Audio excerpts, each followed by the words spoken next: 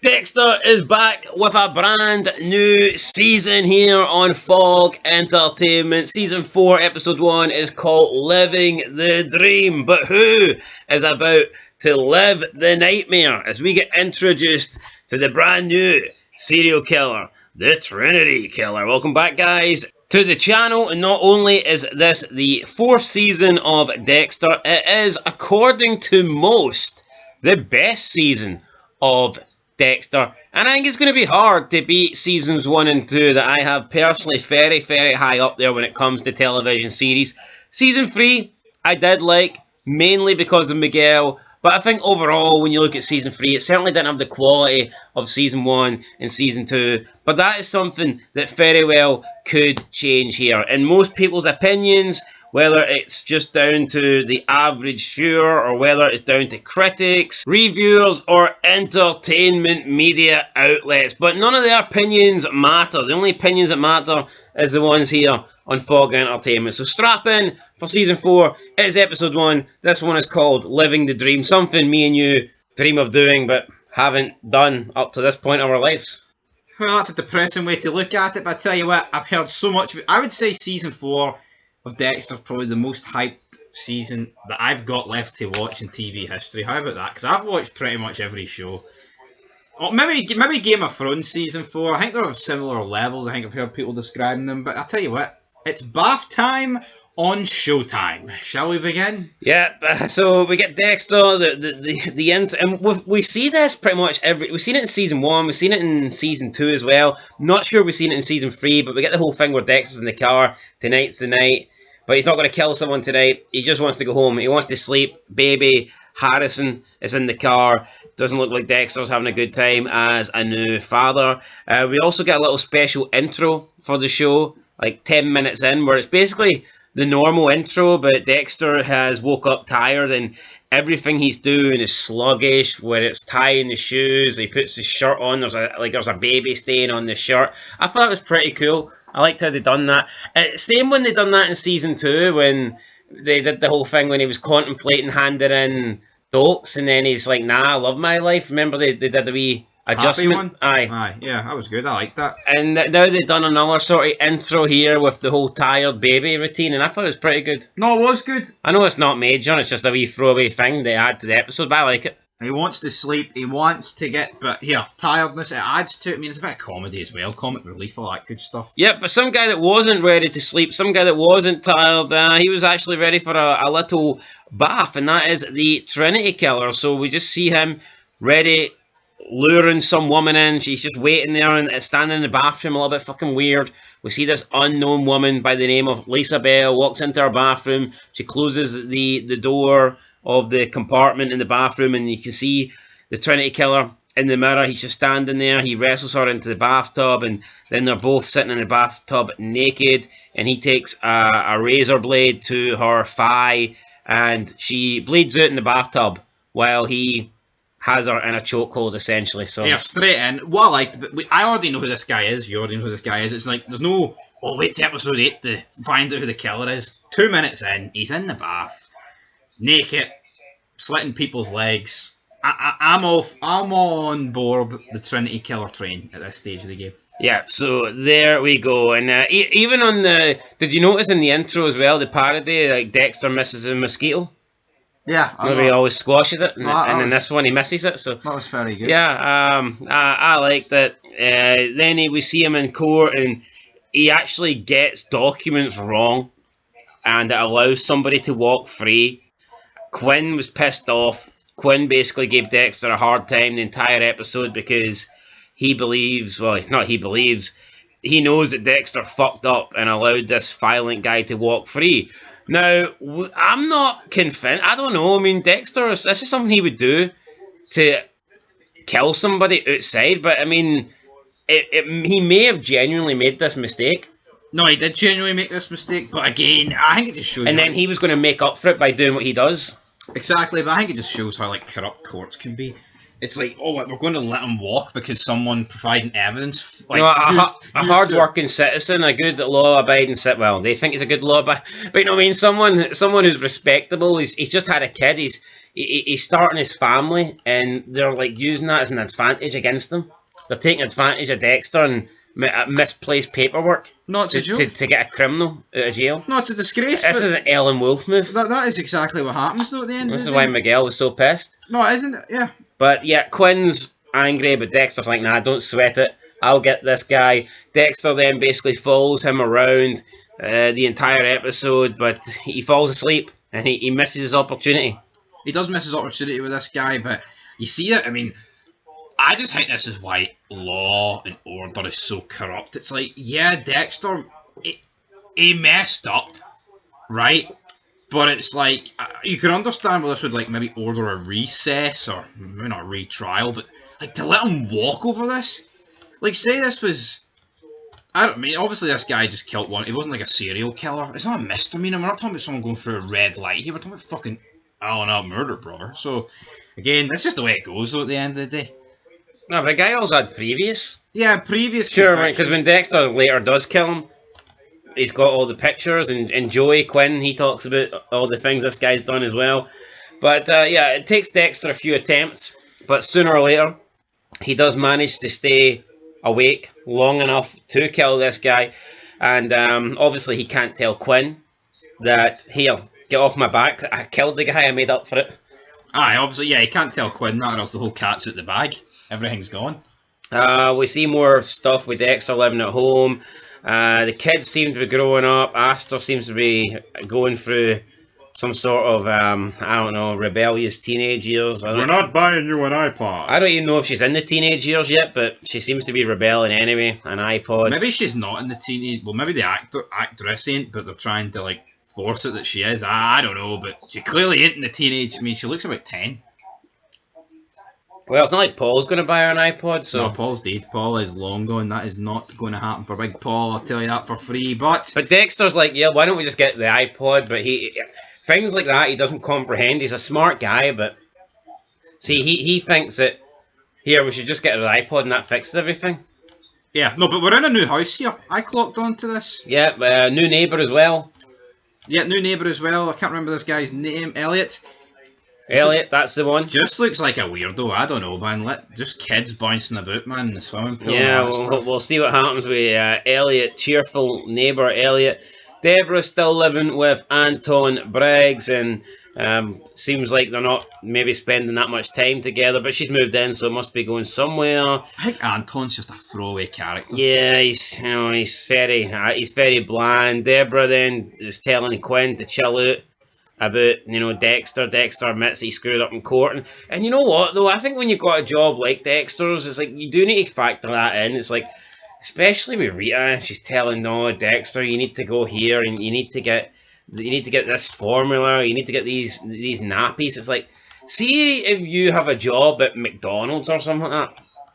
You can afford going to work and get tired, and God forbid... Give somebody a Big Mac instead of a quarter pounder. Yeah, you know what I mean? Those mistakes at the end of the day, what harm are they doing? Nothing. But see if you've got a job like that, or even something bigger, like a surgeon, like Tara from Sons of Anarchy. Yep. You can't really go into work with fucking family matters and personal. You're getting paid good money, and for that you need to sacrifice, I believe. Yeah, absolutely. But so I can understand why Quinn's pissed. So can I, but Dexter's so laid back. It's like he does get angry, right? Like we've seen, like, hey, 18 holes tomorrow, Dex. Obviously, I was in his head, but it's like there's not. He's weird. He has no emotion. See, most people, they'd be like, shut the fuck up, Quinn. I'm tired. Tough at home. He wouldn't accept this, but he accepts getting run down where, like, Deborah has to step in for him. Look at the dokes. He basically accepted it for a long time. Surprise, motherfucker. We then see that Batista and LaGuerta are in a relationship, so Batista has given up on that other woman from Face. And no, what's weird about this? So these two are in a relationship in Power Book 2 Ghost. It's not often you see two actors/actresses be in a relationship across two shows. Unless they're in a relationship in real life. Yeah, which they're not, I believe. So, anyway, fun fact. Yeah, I thought it was back to when he does eventually kill Benny, the guy that his shoddy work allowed to get free. I thought it was pretty cool that, he was a boxer and he killed him inside a boxing ring. Yeah. He put the paint ringing the bell and all that stuff. I thought it was pretty ironic. Karma. Ding, ding, ding. Karma. Also, the cop outside the bar, what was his problem? Hey, you got better things to be doing, man. It's like, so what? He tested him, wasn't he drinking? He could have been picking somebody up. Yo, what is the crime for falling asleep outside a bar? Yeah, In your car? It was outside a bar, right? But it's not like the bar was the only thing in the middle of a desert for like 40 miles. But let's say Dexter was drunk. Is it not better that he fucking slept in the car? Yeah, I know. Yeah, but he wasn't even drunk. No, but let's pretend that he was.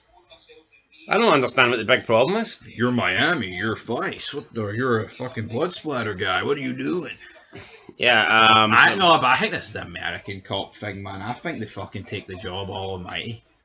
We get to hear Dexter sing America the Beautiful to his son. Masuka wants to go to a titty bar. Angel Batista goes with him. Batista pulls that night with LaGuerta, but Masuka doesn't know that. He thinks it's with somebody else. Not quite sure where this affair is going with Batista and Maria. But it's not even an affair. Well, no, but I mean, I guess it's a relationship that they're keeping secret, so... Yeah, but they're both single. Yeah, they don't want anybody in their work to know, but who cares? I mean, honestly, like, what are we doing here? Racing our ping pong? It's not really an affair. I get why they want to keep it under wraps, right? Oh, they're in the workplace and it could affect their jobs. Like, she's his superior.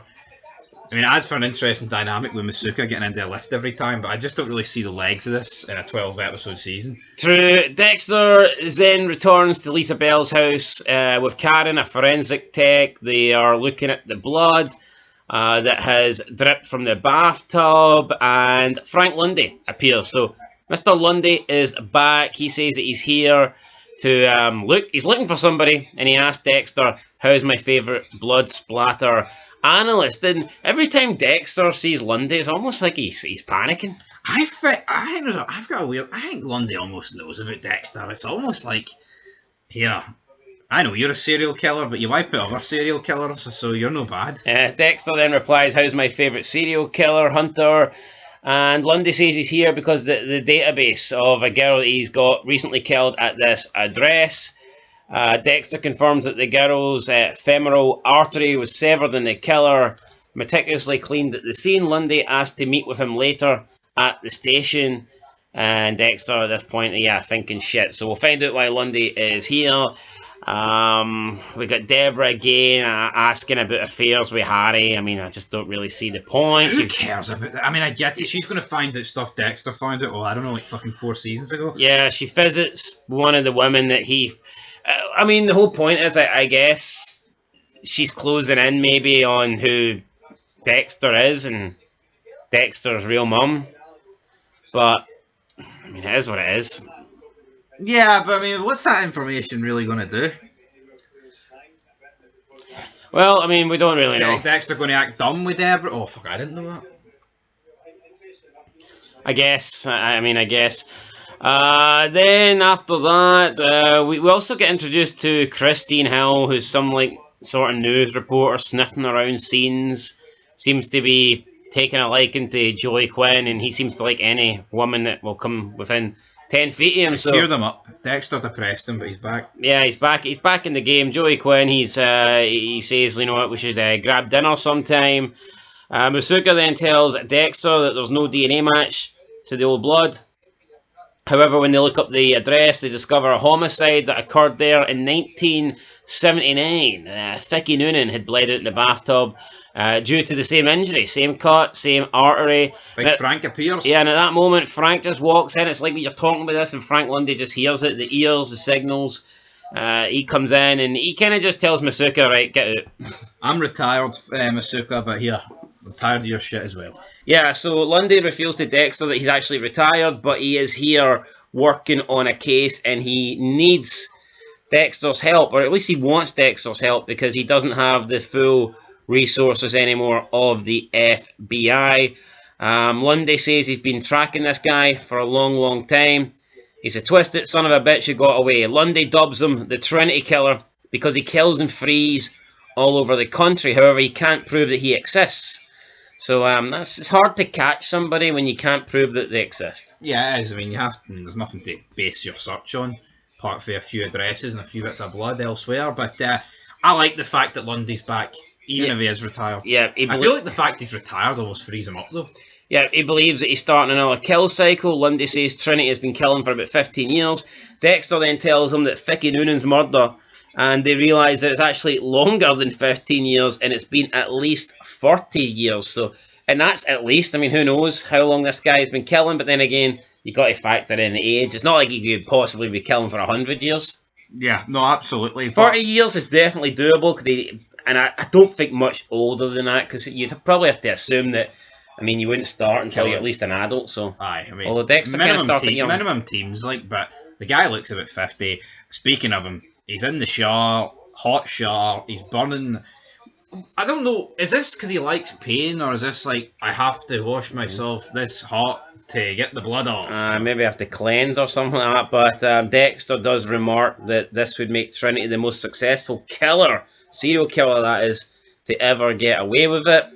Trinity's just shown in the Scalding Water. We got a little reunion with Deborah and Lundy. It seems that Lundy's moved on, but Deborah, I don't know, I think she's... Oh, I didn't know you were coming back. I think she might still be interested in Lundy, but then we go towards the end of the episode after Dexter has killed Benny. He's chopped him up, he's stuffed his parts into plastic bags, and he's got him in his car. Normally Dexter, you know, a bit sloppy, but he's on his way to the store. He has to get Harrison either nappies, formula, something like that. But he falls asleep at the wheel. Not the first time he's fell asleep in this episode, but he falls asleep at the wheel. Car spins out of control. It flips over several times. The boot opens, the rear boot opens, the doors open. Pretty much the car just falls apart, and I mean, God knows what happened to the body of Benny.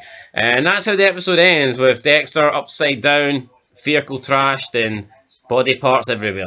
You better hope a good Samaritan finds him, or else it's going to be pretty fucking hard to explain why there's all these body parts in the middle Yeah, of I the bet he dokes just went thinking, why couldn't I have found him like this, you know? Jesus Christ, Dexter, you're the Bay Harbor Butcher, motherfucker. Yeah, Bay Harbor Butcher. Anyway, time to see this episode rating. Was it good or was it butchered? I thought it was good. I mean, I wouldn't say it was fantastic, but I think it served the purpose of a premiere, introduced the killer, Lundy's back. I mean, I do think Dexter's... I feel like with each passing season, he's getting more sloppy, which I guess you could argue is natural, but I feel like Season 1 Dexter, even though he did have, like, tired intros before, I don't think he would be letting tiredness get the best. I think he'd be like, I'm too tired for this killing the night, I'm going to call it a night. Didn't make mistakes. Yeah. But I feel like to make the show interesting, you need to make mistakes. He can't be perfect, or else it would be boring. He would get away. There'd be no intrigue. There'd be no, fuck, he's going to find it. Yeah, no, I'll definitely. get an 8 out of 10, though. You're getting an 8 out of 10. I'll get a 7, so it's a 7.5 out of 10, guys, for the premiere, Living the Dream. We'll catch you in the next one, episode 2 up next. But until then, make sure you like, subscribe, and comment down below. Peace.